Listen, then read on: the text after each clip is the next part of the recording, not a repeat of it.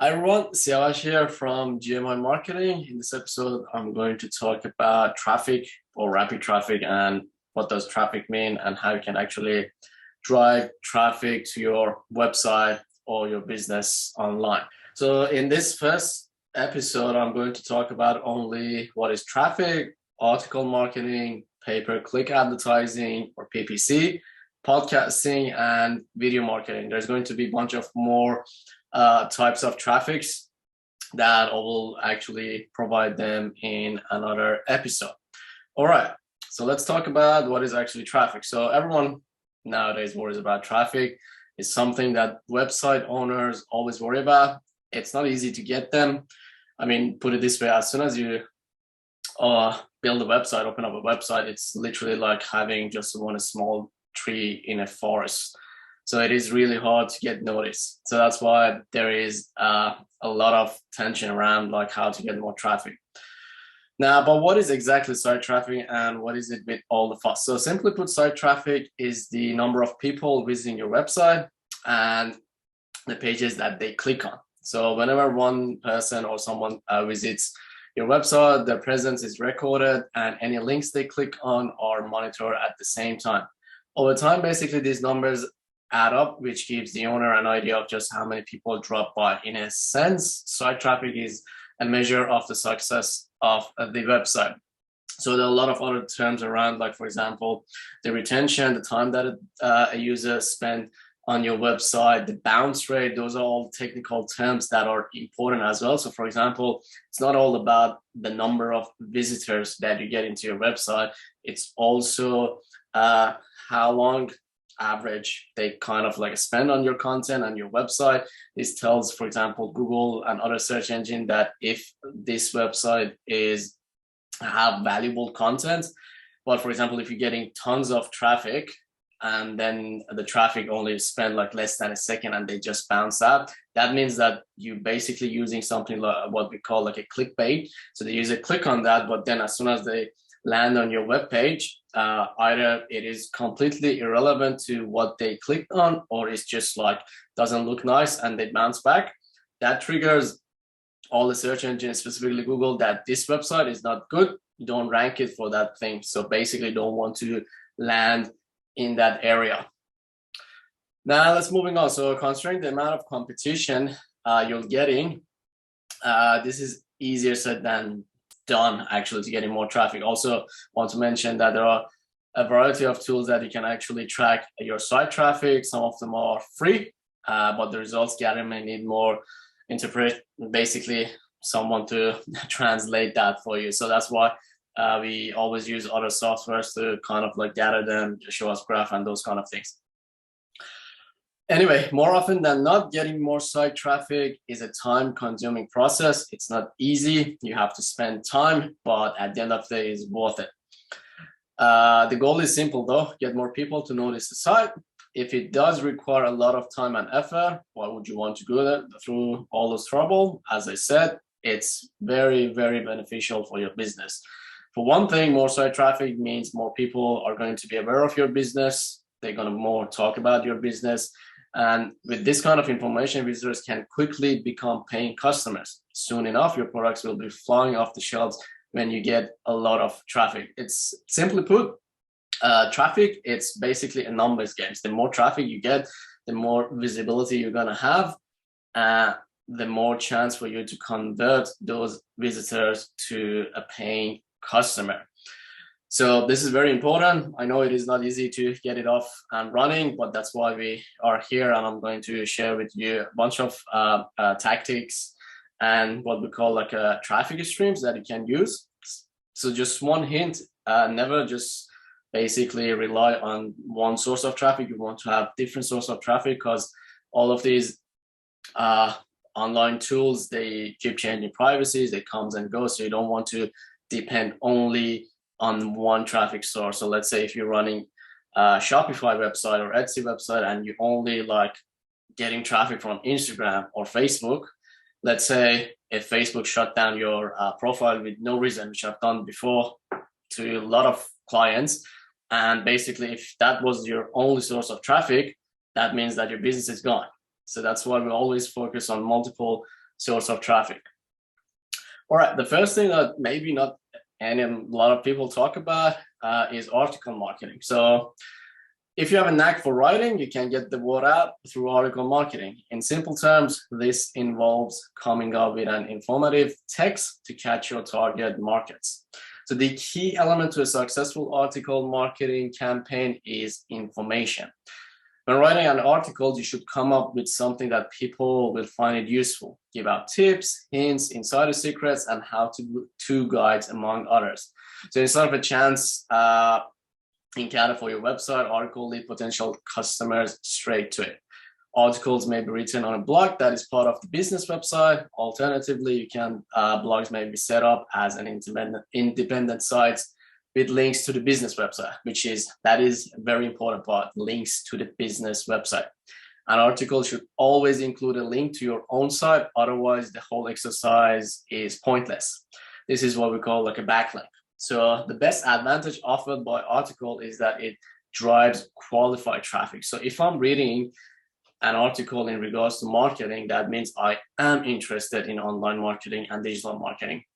If someone reading an article about financial advisory or about buyer's agent, that means they are interested about that. So that means they are pre-qualified. So if they click on one of the links on your article and land on your website and you offer them your services, they are more likely to take action than a random person coming just to your website.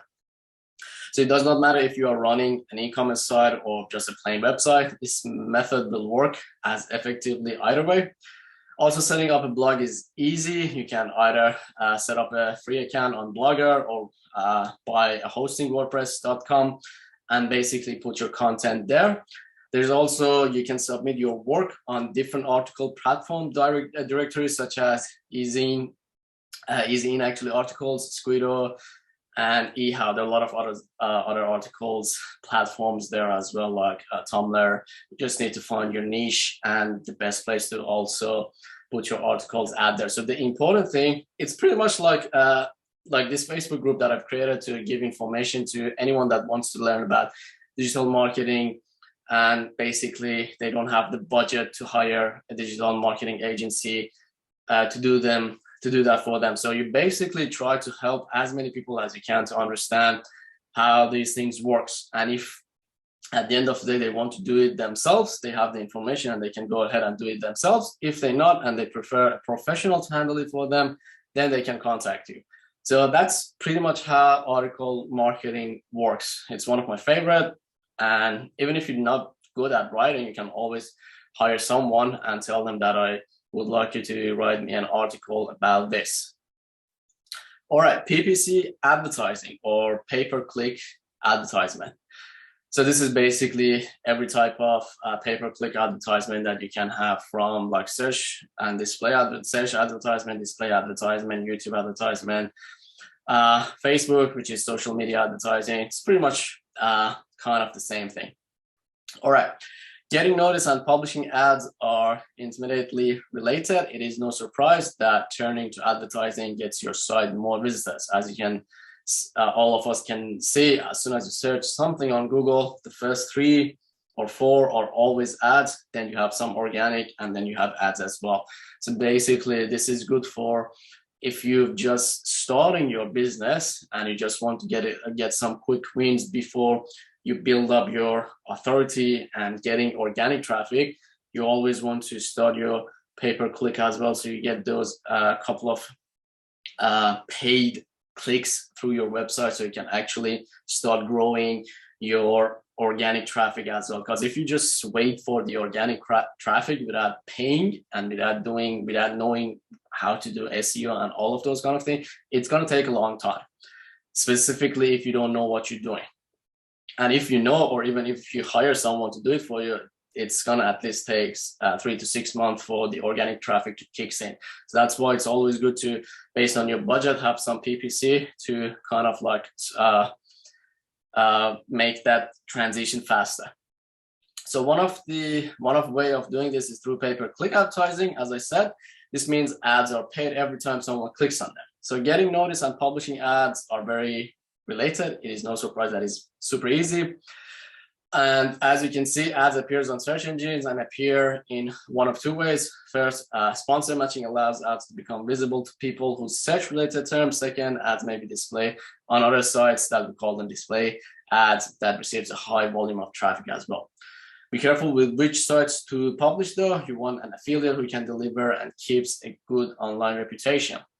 Some of the best PPC, as you might have already know, are Google, which is Google Ads platform. Then we have Microsoft Bing Ads platform, which is kind of big as well, but a lot of people are not noticing it, but Microsoft is pushing on it really hard. It is very good at the moment. Comparing to Google, your cost per click and cost per acquisition, based on my experience, most of the time is 20 to 50% lower. So if you are not doing Microsoft Bing advertisement, I highly recommend to start doing that. Podcasting. So that shouldn't sound very new. It has been around and actually become popular since 2004 and has not looked back since. So a podcast is, as everyone knows, is an audio or video file available online for syndication. What makes them a standard is that there is a service that let the user download and keep listening to them or subscribe, like the Apple Podcast or Spotify or any other platform that you use, and basically subscribe, and kind of like it becomes like a TV show. So the most important thing with the podcast is you have to be consistent with it, and you have to like set a time aside and say, okay, every week or every month, just, it doesn't matter how many. It's not mainly about quantity. It's more important to have the consistency and quality. So if you decide to do once a month, pick a day and stick with that, because the algorithm is going to understand that, the people are going to understand that. If you start like keep changing and those kind of things, the algorithm won't rank you at the top of the list when people search for the type of content that you put out. It's true for Google, it's true for any type of podcasting, or even it's true for YouTube as well. So always be consistent and basically commit to what you can do. So this is a very good one as well. That's kind of the other important thing is about it is like you can go from 20 to 60 minutes. So it's like you can engage a lot more with users, which is very, very helpful. And then lastly, we have video marketing. Video marketing is the kind of slightly older sibling of podcasting. Due to the medium they share, they are closely related as well. At its very core, video marketing involves the use of videos to sell products and services. So I think everyone knows about video marketing. It is a great method to use for reaching an audience who would have otherwise been missed. Video marketing may be done in one of two ways. First, ads may be embedded within an existing video. This setup often involves an ad running before the video's content itself. Text ads may also appear on the bottom of the video. I'm sure every one of you have seen YouTube ads that they are video. You want to keep your videos short and within 3 minutes. It depends on the platform. So for example, on Reels and Facebook Reels, Instagram Reels, you want to have it less than 30 seconds, or even on TikTok. Upload them regularly and do not keep your subscribers waiting too long. So that's pretty much it. I know it was been a little bit too much information, and you might have thinking, oh my God, that's a lot of things to just get like 4 types of traffic running in. But if you think about it, you don't need to put different content in every single one of those platforms. If you choose to do like 2 or 3 of them, or even if you wanted to do all of them, let's say you come up with a content like an article. So that article you can post it on your blog.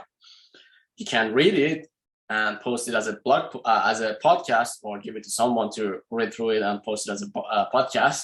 Then what you can do, you can basically do a slideshow like this and post it as a video as well. Now you have simply done the article, the podcast, and video marketing with only just one content.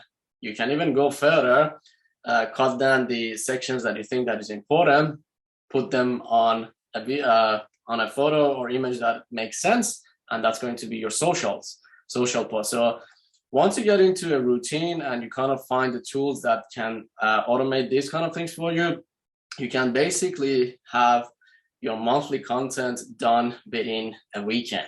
if you want to do it yourself. So it's not that hard at the beginning. It is a little bit, but as long as you're committed to release content, you can do it. I've done it for a lot of clients. I've done it for myself. It is doable, and it's not going to take a lot of time once you get used to it.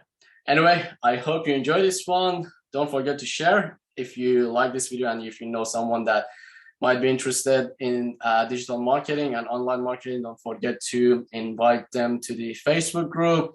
Or if you're watching it on YouTube, make sure that you like, subscribe, and also tap on that bell icon. So if when I post a new one, the next episode of this one, you'll get notified.